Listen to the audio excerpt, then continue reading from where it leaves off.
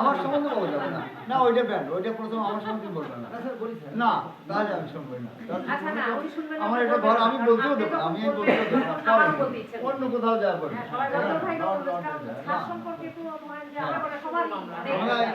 আমি স্যার সম্পর্কে বলবো না, স্যার বললো তো বলা ইচ্ছে ছিল বলবো না, বাদ দিয়ে বলবো অন্য কিছু বলবো। আমার এখন হচ্ছে এখানে যারা আপনার বুঝতে যাচ্ছে সবাই স্যারের ছাত্র, না ও বোঝায় না, জীবন নয়। আজকে যে ছেলেই স্যার যে মানে আমাদেরকে আমন্ত্রণ জানিয়েছে, এই স্যারের মাধ্যমে আমি সবাইকে চিনতে পারলাম, সবাই আমার স্যারের ছাত্র আর কি। আমি স্যারকে নিয়ে গর্ব করি, আমার মনে হয় আপনারাও করেন সবাই। স্যারের কোনো লেখা পেলে আমি ওই লেখাটা 5-7 বার করে পড়ি আর কি। ওখান থেকে মনে হয় যে কী যেন সত্য, কী যেন মানে একটা ইয়ে পাওয়া যাচ্ছে, ঘ্রাণ পাওয়া যাচ্ছে, অনেকে জানা যাচ্ছে এই। তারপরে স্যার বাসায় আসলাম, আসার পরে বইগুলো দেখলাম, বইগুলো দেখে বইগুলো দেখে আমার মনে হলো যে আব্রাহাম লিঙ্কন, আমেরিকার সৌতক প্রেসিডেন্ট, উনি বলছে কি যে যে বই দেখায় আর যে বই দেয় সে হলো একটা বেস্ট ফ্রেন্ড।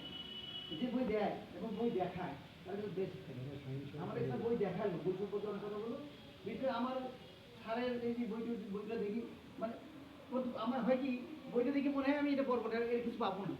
আর কতগুলো যে বই দেখে মনে হয় এটা পড়তে হবে। তা আমার স্যারের বইটা দেখে আমার মনে হলো, মধুদা আমার স্যারের যে বইটা দেখালো, এটা আমাকে মনে হলো যে পড়ার ইচ্ছে, মানে মানে অনেক কিছু পাওয়া যাবে, আমার ভালো লাগলো আর কি। এই বইটা যে বের করছে মধুদা লিখছে, আমি জানতাম না। তারপরে ওই যে আপনার ডিকশনারি অফ ইন্ডিয়া, জওহরলাল নেহরুর লেখা না, এটা মানে খুব উন্নত মানের বই। ওইখানে যে বইগুলো আছে না, বইগুলি সব ইতিহাসের উপরে একদম ক্লাসিক বই এগুলো। এই 90-এর দশকে এই টেপ রেকর্ড নিয়ে এক লোক গেছিল আমাদের কৃষি বিভাগে, পাটের একজন এই ডিডি, ওখানে গিয়ে আমাদের লোকজন ডাকছে, কথা গেলে সবাই বলতাম, আর পরবর্তী ওই কথা আবার শোনা যেত আর কি। না হলো 500-700 লোক আসতো। মানে এটা মনে হচ্ছে যে বিজ্ঞানের একটা বড় আবিষ্কার ছিল ওই সময় আর কি, এটা যারা স্যার দেখালো আর কি। আমার অনেক দিন পরে স্যার ওই রেকর্ডটা দেখে আমার মনে হলো কিন্তু এটা ভালো লাগলো, আমাকে খুব ভালো লাগলো আর কি স্যার, ওটা দেখে খুব ভালো লাগলো। আচ্ছা আচ্ছা।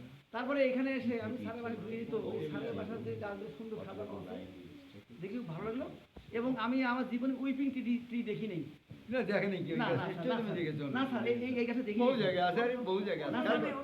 এইটার নাম তো উইপিং ট্রি স্যার, বরং ও যে উইপিং ট্রি যে নামটা দেখার কোনো ব্যাপার না স্যার, এটার নাম উইপিং ট্রি, এটা আমার আজকে শিক্ষা হলো স্যার। এবং আরো একটা এক্সটেনশন আছে যে আমাদের কৃষি ডিপার্টমেন্টে ওটার নামকরণ করেছে, আর একটা নাম বাংলা। সেটা কেন করেছে প্রথম বলি। উইপিং মানে হচ্ছে ক্রন্দনরত, তার ওইখানে ওই গাছগুলোর সকালবেলা ওর নিচে যায় দেখবে যে পানি, প্রত্যেকটা ডালে ডালে পানি, এবং টপ টপ করে ফোটায় ফোটায় পড়তেছে। এই কারণে অরিজিনাল যে নাম, যে আবিষ্কার যেখানে ওটা যে দেশে, তারা ওটার নাম দিয়েছে উইপিং ট্রি, অর্থাৎ ক্রন্দনরত একটি গাছ। কারণ কাঁদে কখন, কষ্টে পড়ে, দুঃখে পড়ে, বিরহে পড়ে। হ্যাঁ, তো আমাদের দেশের বিজ্ঞানীরা যারা কৃষি বিজ্ঞানী যারা আছে, তাদের কেউ না কেউ এটার নাম হঠাৎ করে বাঙালিকরণ করলো যে মজনু দেবদারু। মজনু কেন রাখলো? যে মজনু যেহেতু প্রেমের বিরহের প্রতীক, লাইলির প্রেমে কাতর, সবসময় কাঁদছে, এই গাছটা হয়েছে।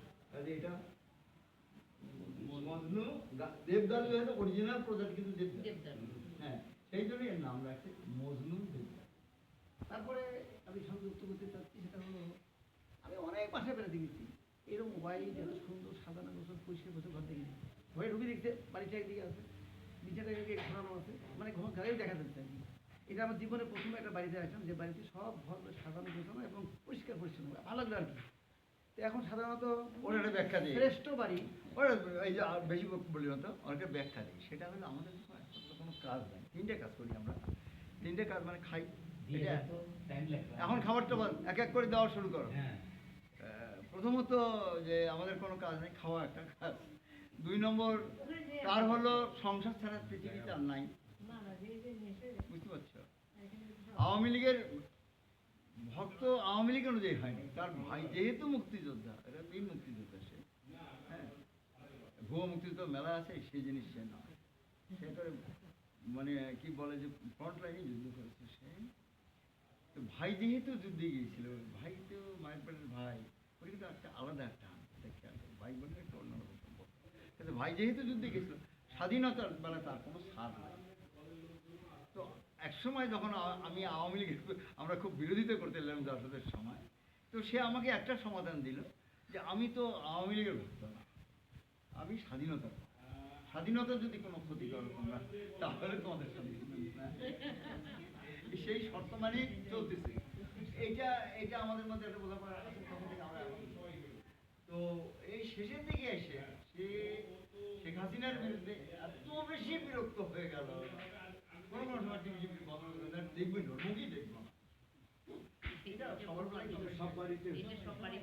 তারপরে আমি এখন না শেষ করি আমার কাজ খুব প্রশ্ন করি। আর আমার কাজ হলো খবরের কাগজটা পড়া, আর ওই যে কি বলে যার কোন কাজ নেই তার পরিবারের একটা কাজ, আজকে এই অনুষ্ঠান কাজ, ওই কলেজ কাজ, পশু স্কুল, তারপরে মাঝে মাঝে এই যে টিভির একটা সচেতন নাগরিক প্রত্যেক মাসে 5টা 6টা করে প্রোগ্রাম স্কুল, প্রাইমারি স্কুল যায়, গার্জিয়ানদের বোঝানো, বাচ্চাদের বোঝানো কেমন করে ভালো মানুষ হওয়া যাবে, কেমন করে ভালো মানুষ হওয়া যাবে, এগুলো করি। আর তো কোনো কাজ নেই, এখন ঘর সাজাতে